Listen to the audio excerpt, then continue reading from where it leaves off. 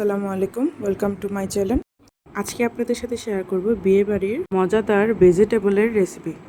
প্রথমেই আমি যেটা করব, পানি দিয়ে মাংসটাকে সিদ্ধ করে নেব। এখানে আমি পরিমাণ মতো করে লবণ দিয়ে দেব। এই যে দেখতে পাচ্ছেন, আমি কিন্তু লবণ দিয়ে দিচ্ছি। এখানে খুব অল্প পরিমাণের মাংস নিয়েছি, যেহেতু আমি একটু অল্প করেই রান্না করছি। এখন দিয়ে দেবো আদা রসুন বাটা। আর এটা কিন্তু আপনারা পোলাও, ভাত, পরোটা সব কিছু দিয়ে খেতে পারবেন, খুবই মজার হবে। এখন আমি দেখিয়ে দিচ্ছি। দেখুন, সবজি কেটে নিয়েছিলাম এখানে গাজর, পেঁপে, কাঁচামরিচ, তেজপাতা, এলাচ, দারচিনি। আর এর সাথে আমার আরও কিছু লাগবে। এখানে পেঁয়াজ কুচি আছে, ক্যাপসিকাম আছে। পেঁয়াজকে আমি 4 ভাগ করে নিয়েছি। তার সাথে দেখতে পাচ্ছেন মরিচের গুঁড়ো, লবণ, আদা রসুন বাটা, গরু দুধ।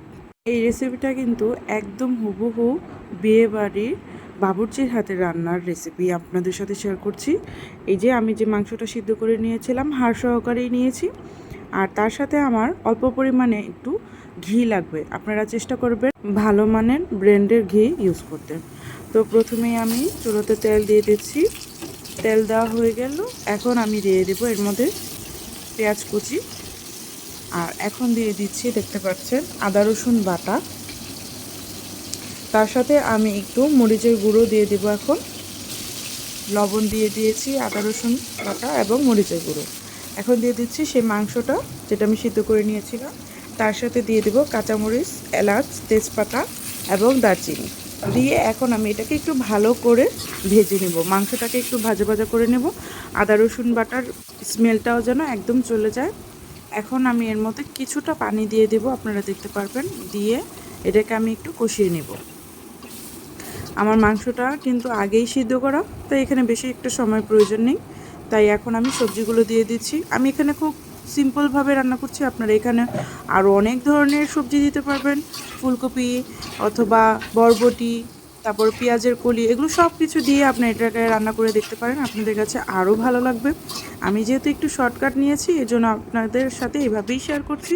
আরেকদিন হয়তো আরও অনেক কিছু দিয়ে শেয়ার করবো ইনশাআল্লাহ। তো এই যে আমি কিন্তু এটাকে এখন ঢেকে দেব। ঢেকে দিয়ে একটু অপেক্ষা করব সবজিগুলো যেন একটু ভালো করে সিদ্ধ হয়ে যায়। আর হ্যাঁ, আপনাদের সাথে একটা কথা শেয়ার করি।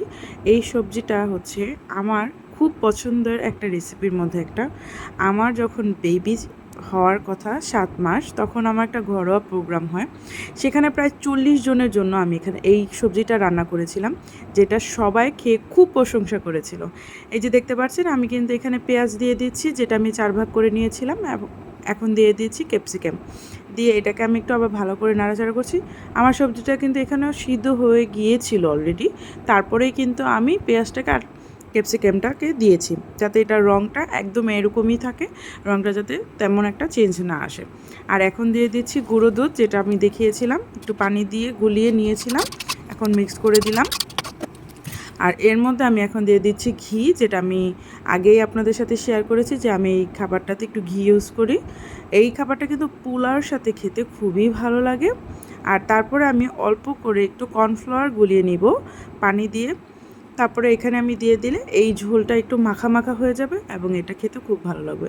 এখন দিয়ে দিচ্ছি গোলমরিচ গুঁড়ো এবং আমার হাতে সেই স্পেশাল টমেটোর সস দিয়ে এটাকে আমি আরেকবার একটু ভালো করে নেড়েচেড়ে নেব। আর অবশ্যই আপনারা কিন্তু আপনাদের স্বাদ অনুযায়ী লবণ টেস্ট করে দিবেন। এই যে সেই কর্নফ্লাওয়ার দিয়ে দিলাম। একদম শেষে আমি কর্নফ্লাওয়ারটা ইউজ করব, যাতে এটাকে আমি আর বেশিক্ষণ চুলায় রাখবো না। খুব তাড়াতাড়ি চেষ্টা করব এটাকে এখন চুলা থেকে নামিয়ে নিতে। আমার রান্না কিন্তু একদমই তৈরি হয়ে গিয়েছে। হ্যাঁ, ও অবশেষে আমি একটু চিনি ইউজ করেছিলাম, আপনারা দেখতে পাচ্ছেন। এবার ফাইনালি আমার রান্না একদম তৈরি হয়ে গিয়েছে। চলুন তাহলে এবার আমি একটা সুন্দর বলে সার্ভ করে নিই। আমার রান্না কিন্তু একদম কমপ্লিট হয়ে গিয়েছে। আর আপনারাও এটা ট্রাই করে দেখবেন, আমাকে জানাবেন কমেন্ট করে আপনাদের কাছে কেমন লেগেছে।